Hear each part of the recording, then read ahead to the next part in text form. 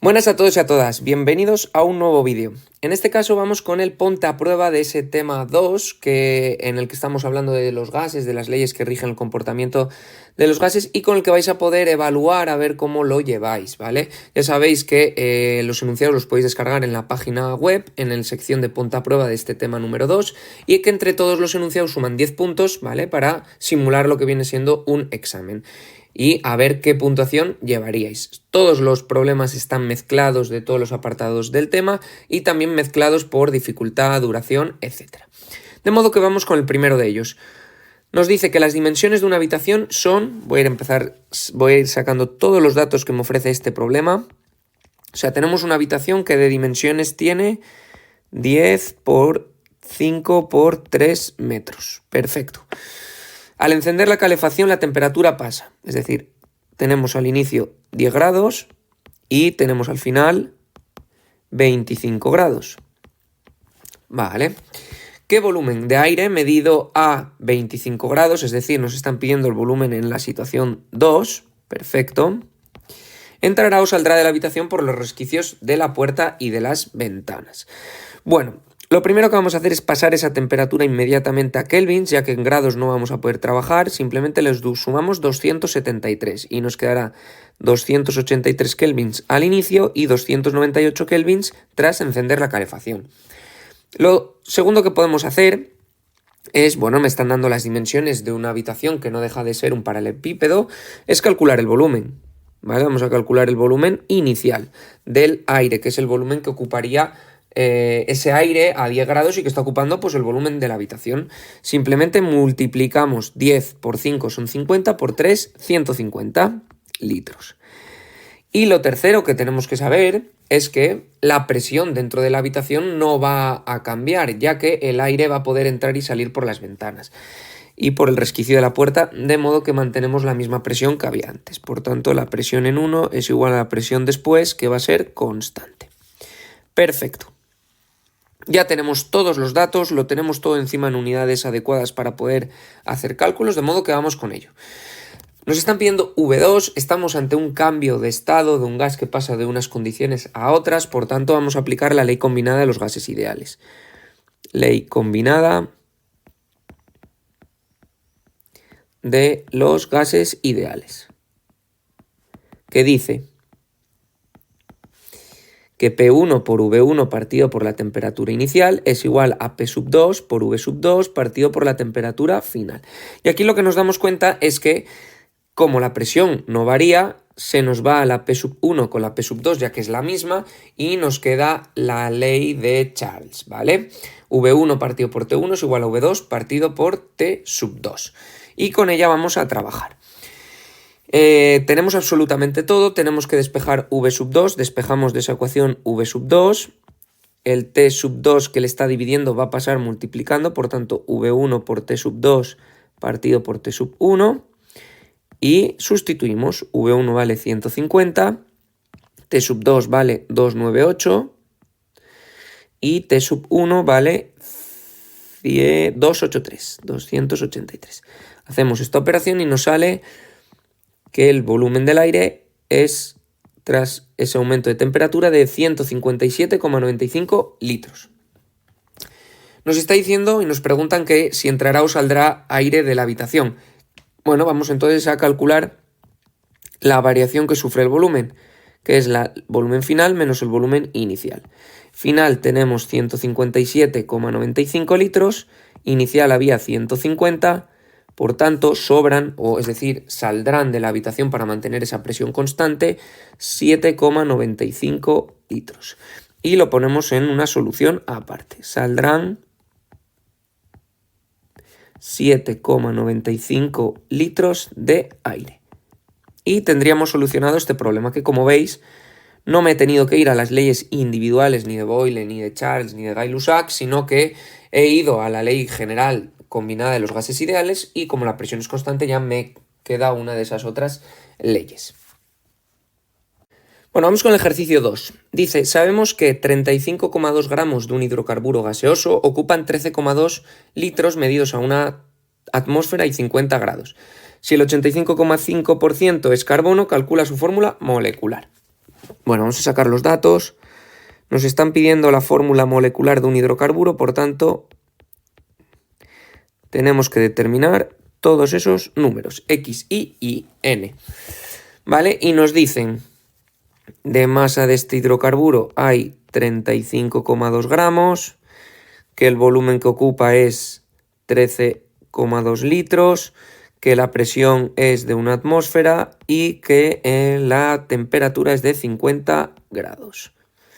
Esta temperatura inmediatamente la vamos a pasar a Kelvin sumándole 273 y son 323 Kelvin. Perfecto. Y además nos dicen que de todo el hidrocarburo el 85,5% es carbono y el resto entonces, ese 14,5% será hidrógeno. Vale, esa es la composición centesimal. Y nos piden calcular su fórmula molecular. Bueno, lo primero que vamos a hacer es poder calcular, ya que nos dan la composición centesimal, vamos a poder calcular su fórmula empírica. Entonces lo primero que vamos a hacer es calcular la fórmula empírica. Calculamos la fórmula empírica.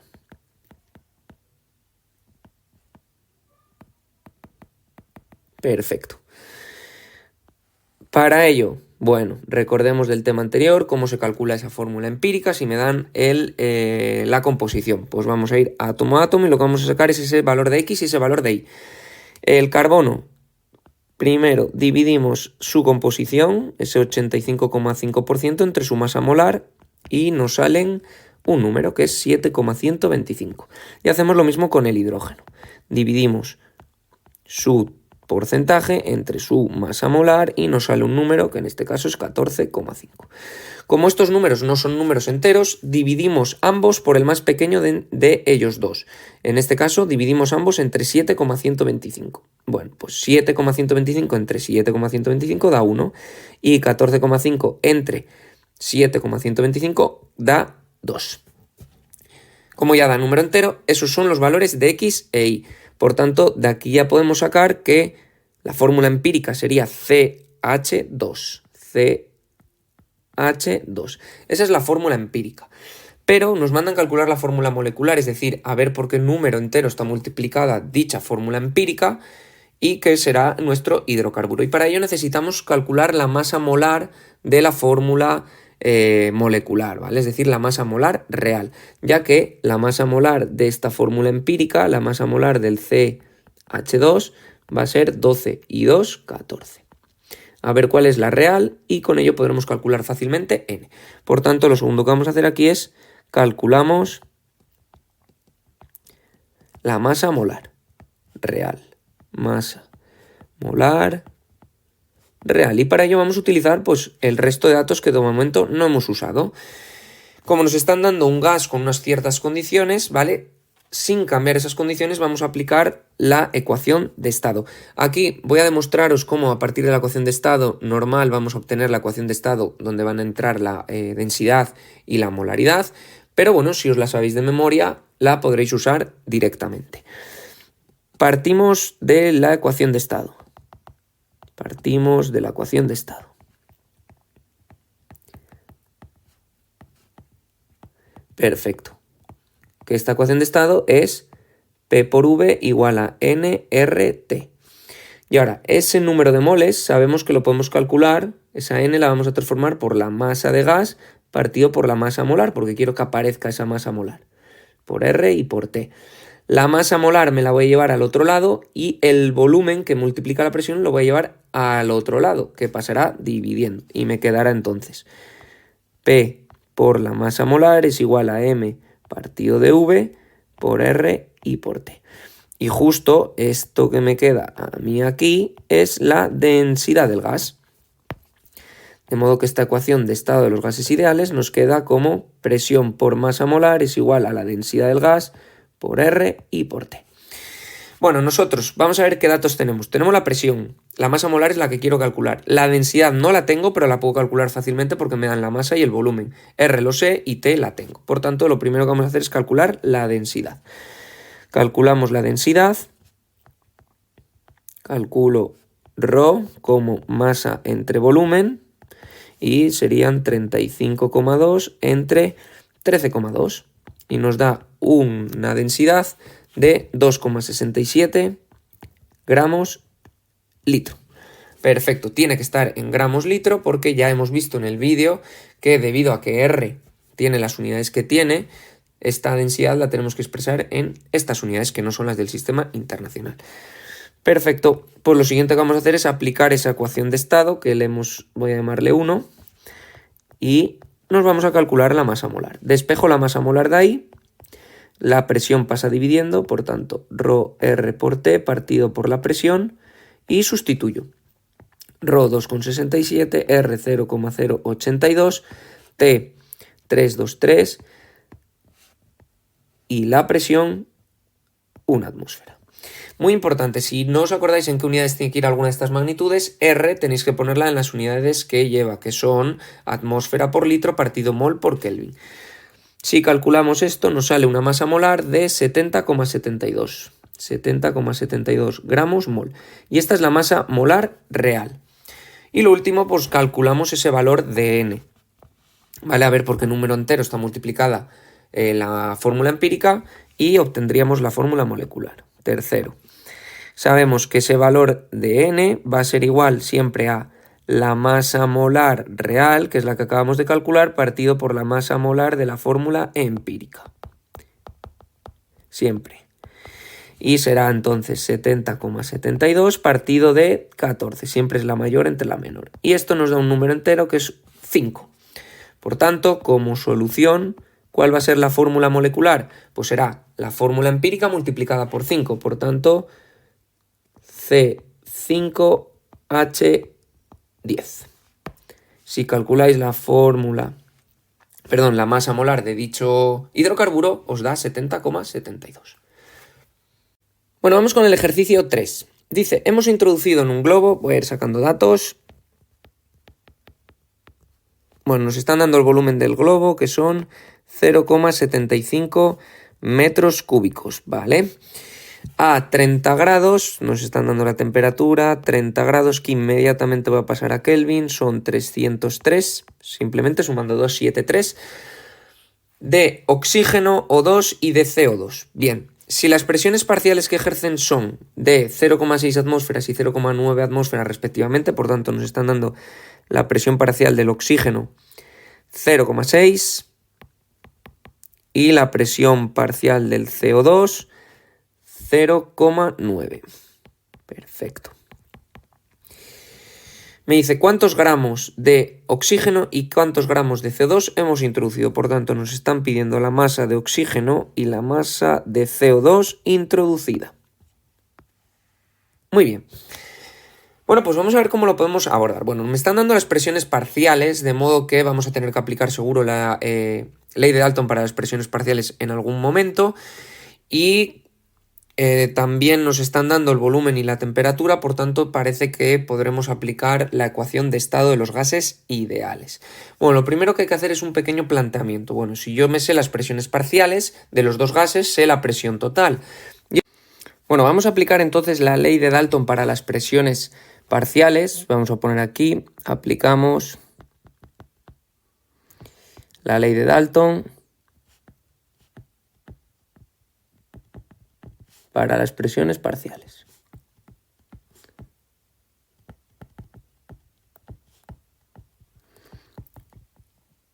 Y esta ley tiene una doble implicación en estos tipos de problemas. Por una parte, la ecuación general de esta ley de Dalton para las presiones parciales nos dice que la presión parcial ejercida por un gas es igual a la fracción molar de dicho gas por la presión total.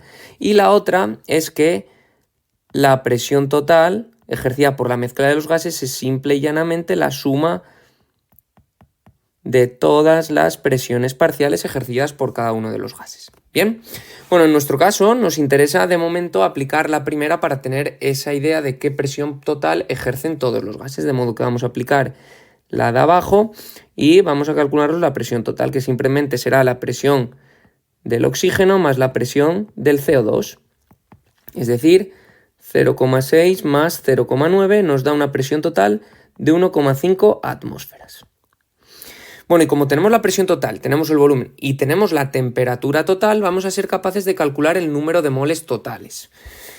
Calculamos el número de moles totales porque luego, como también sabemos las presiones parciales, vamos a poder calcular la fracción molar de cada uno de los dos gases. Y la fracción molar y el número de moles totales podremos calcular el número de moles de cada gas.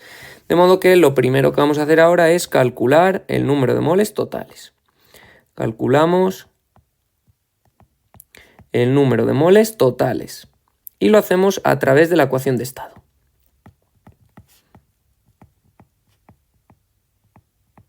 La ecuación de estado, que nos dice que P por V es igual a nRT, de modo que despejamos el número de moles, el número de moles totales será igual entonces a la presión total por el volumen total partido de R por la temperatura.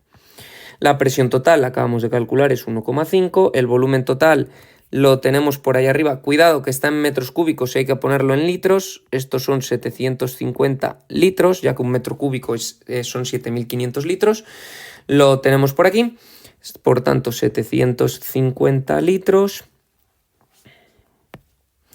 partido por R 0,082 por la temperatura que son 303 Kelvin. Y esto nos da un número de moles totales de 45,28 moles. De modo que en total, sumando los moles de CO2 y los moles de oxígeno, hay 45,28. Ahora hay que ver cuántos hay de cada. Y para ello tenemos que calcular las fracciones molares. Y vamos a utilizar la primera parte de la ley de Dalton para las presiones parciales. De modo que segundo vamos a calculamos el número de moles de O2 y el número de moles de CO2 a través de, en este caso, de la ley de Dalton para las presiones parciales, que es la que yo llamé 1 arriba. Venga, pues vamos allá. Para el oxígeno, la presión parcial del oxígeno será igual a la fracción molar del oxígeno por la presión total.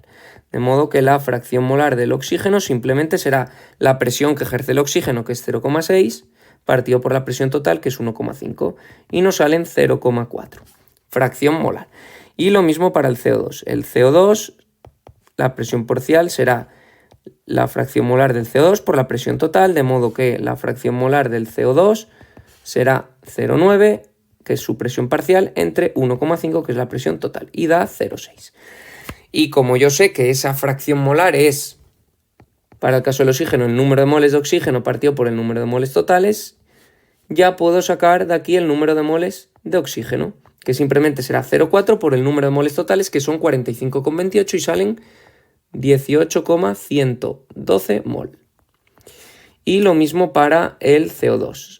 La fracción molar será el número de moles de CO2 partido por el número de moles totales.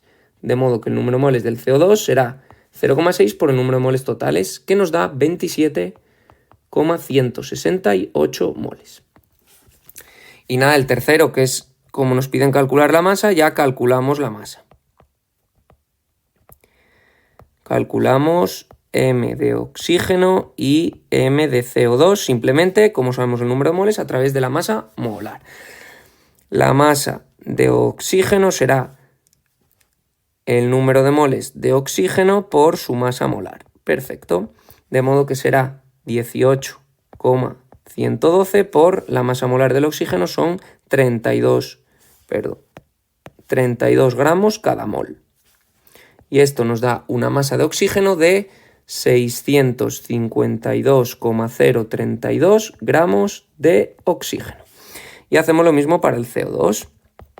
Número de moles del CO2 por la masa molar del CO2, que son 27,168 moles de CO2 por 44 gramos que pesa cada mol, son 1.195,392 gramos de CO2.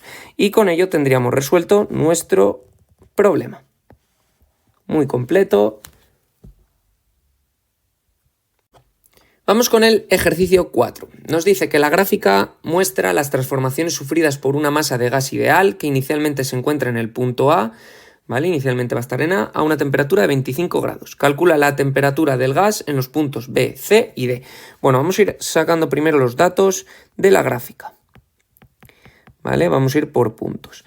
En el punto A nos están dando el volumen, que si os dais cuenta estamos en este punto, por tanto el volumen es 0,5 litros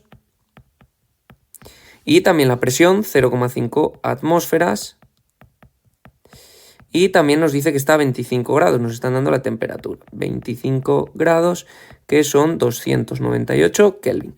Para el punto B, en el punto B me están dando el volumen en B.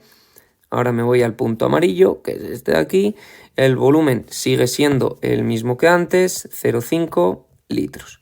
La presión ha aumentado hasta la 1 atmósfera. Perfecto. Para el C me dan el volumen en C. Ahora estoy en el punto rojo, que es este de aquí.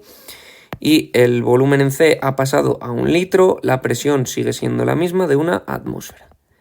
Y por último, en D.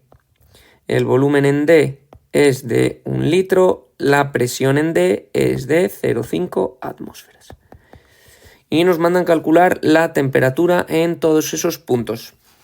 Bueno, como estamos ante una transformación, ante unos cambios de estado, lo que vamos es aplicar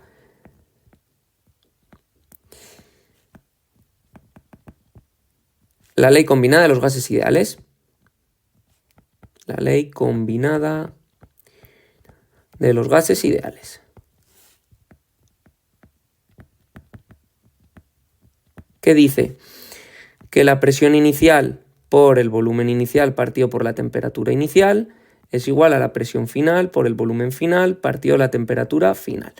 En este caso nos interesa muchísimo despejar esta T sub 2, ya que es la que nos van a estar pidiendo todo el rato. Porque para calcular, por ejemplo, la T sub B, yo voy a partir del estado inicial A.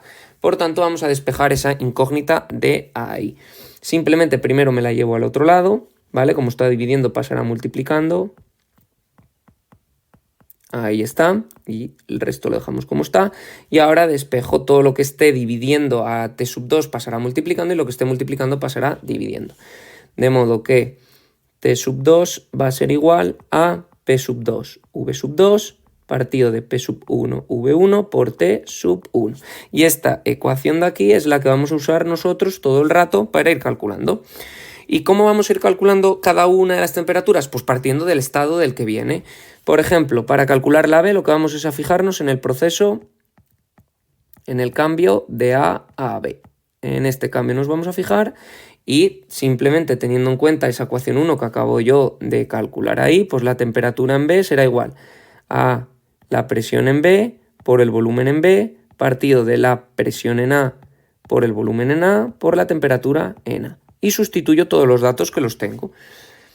La presión en B, 1. El volumen en B, 0,5. La presión en A, 0,5. El volumen en A, 0,5. La temperatura en A, en Kelvin, 298. Hacemos esta operación y salen 596 Kelvin. Que pasado a grados, por si os interesa, son 323 grados, simplemente restándoles 273. Ya tengo la temperatura en B. Bueno, vamos para calcular la temperatura en C. Proceso, me puedo fijar o del cambio de A a C o del cambio de B a C. Bueno, para seguir un poquito la gráfica vamos a ir de B a C.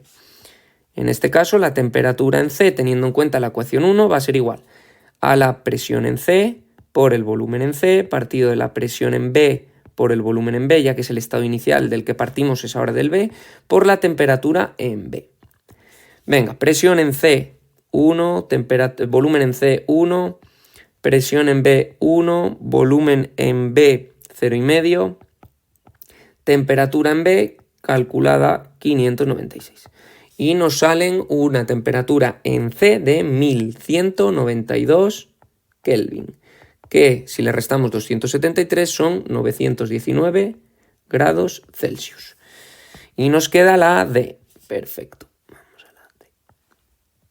Para calcular la D, pues me voy a fijar en el proceso o en el cambio CD. Vale.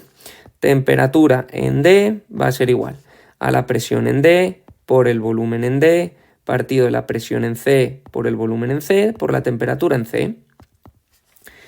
Presión en D, 0,5. Volumen en D, 1. Presión en C1. Volumen en C1 por la temperatura en C, 1192. Y nos sale una temperatura de 596 Kelvin en D, que son 323 grados Celsius. Y con ello, bueno, pues hemos resuelto otro problema diferente porque los datos nos los daban a través de una gráfica que es muy común, una gráfica PV. Si te ha gustado el vídeo, no olvides suscribirte a mi canal, darle a like y activar las notificaciones.